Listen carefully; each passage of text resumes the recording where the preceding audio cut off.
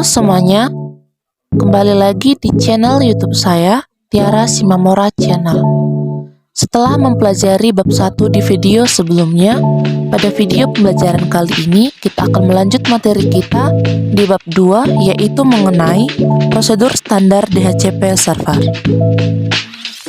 Dynamic Host Configuration Protocol atau biasa disingkat dengan DHCP merupakan sistem pengalamatan atau pendistribusian yang secara otomatis memberikan IP address kepada host atau komputer atau klien pada layanan TCP/IP yang memintanya. DHCP dikenal sebagai arsitektur berbasis client server. Hal ini dikarenakan komputer atau peranti yang memberikan IP address disebut DHCP server, sedangkan komputer atau peranti yang meminta IP address disebut sebagai DHCP client. Selanjutnya kita akan membahas mengenai prinsip kerja DHCP server. Prinsip kerja DHCP server diawali ketika host dikonfigurasikan sebagai DHCP client, tetapi belum memiliki IP address, default gateway, dan subnet mask. Cara kerja DHCP dimulai dengan proses yang disebut discover. Discover ini dilakukan oleh perangkat klien dengan mengirimkan DHCP discover message kepada server. Jadi, klien akan mengirim pesan kepada server untuk memberitahukan bahwa klien tersebut butuh konfigurasi jaringan. DHCP server dapat diklasifikasikan menjadi 3 bagian, yaitu DHCP scope, DHCP list atau reservation, dan DHCP option. Dan di sini saya akan menjelaskan mengenai ketiga klasifikasi tersebut. Yang pertama, DHCP scope. DHCP scope adalah alamat IP address yang dapat disewakan kepada DHCP client yang dikonfigurasikan oleh administrator menggunakan peralatan konfigurasi DHCP server. Biasanya, sebuah IP address disewakan dalam jangka waktu tertentu. Misalnya, DHCP list yang umum disewakan selama 3 hari. Informasi mengenai DHCP scope dan IP address yang telah disewakan kemudian disimpan di dalam basis data DHCP dalam DHCP server.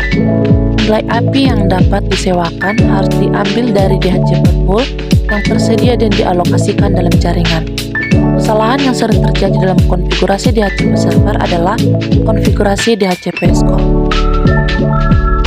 Kemudian klasifikasi yang kedua adalah DHCP list atau reservation. DHCP list adalah batas waktu penyewaan IP address yang diberikan kepada DHCP client oleh DHCP server. Umumnya, hal ini dapat dikonfigurasikan sedemikian rupa oleh seorang administrator dengan menggunakan beberapa peralatan konfigurasi, atau dalam Windows NT Server dapat menggunakan DHCP Manager atau menggunakan Microsoft Management Console atau biasa disingkat dengan MMC untuk Windows 2000 ke atas. Selanjutnya, klasifikasi yang ketiga yaitu DHCP option.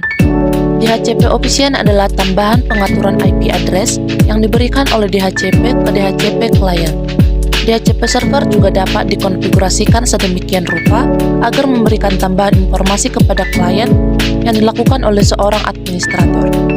Ketika sebuah klien meminta IP address kepada server, server akan memberikan paling tidak sebuah IP address dan alamat subnet jaringan. Dengan demikian, DHCP option ini dapat diaplikasikan kepada semua klien, DHCP scope tertentu, atau kepada sebuah host tertentu dalam jaringan. Selanjutnya, di sini saya juga akan menjelaskan beberapa fungsi DHCP server. Yang pertama, mengelola dan menyebarkan IP address. Pendistribusian alamat IP ini dapat dilakukan sekaligus dalam waktu bersamaan ke banyak perangkat secara otomatis. Administrator tidak perlu melakukan konfigurasi pada setiap komputer secara manual. Fungsi yang kedua yaitu memperbarui IP address secara otomatis. Alamat IP yang digunakan oleh klien memiliki masa berlaku pemakaian atau masa kadaluarsa. Jika waktu pemakaiannya sudah berakhir, maka klien perlu meminta alamat IP baru atau memperbarui alamat IP yang kadaluarsa.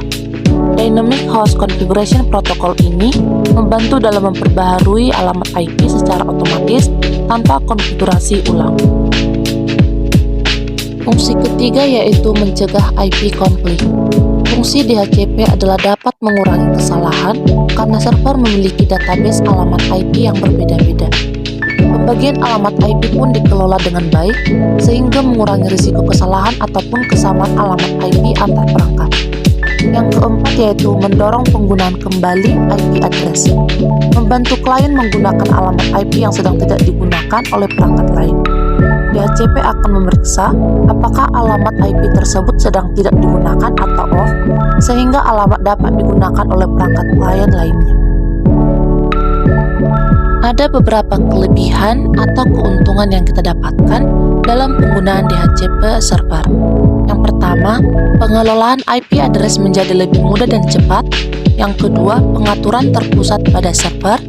Yang ketiga, mencegah kesalahan dalam penomoran IP address. Dan yang keempat, mampu mengelola jaringan dalam skala yang besar. Selanjutnya, di sini saya juga akan menjelaskan beberapa syarat-syarat umum dalam proses instalasi DHCP server. Proses yang pertama yaitu IP address static.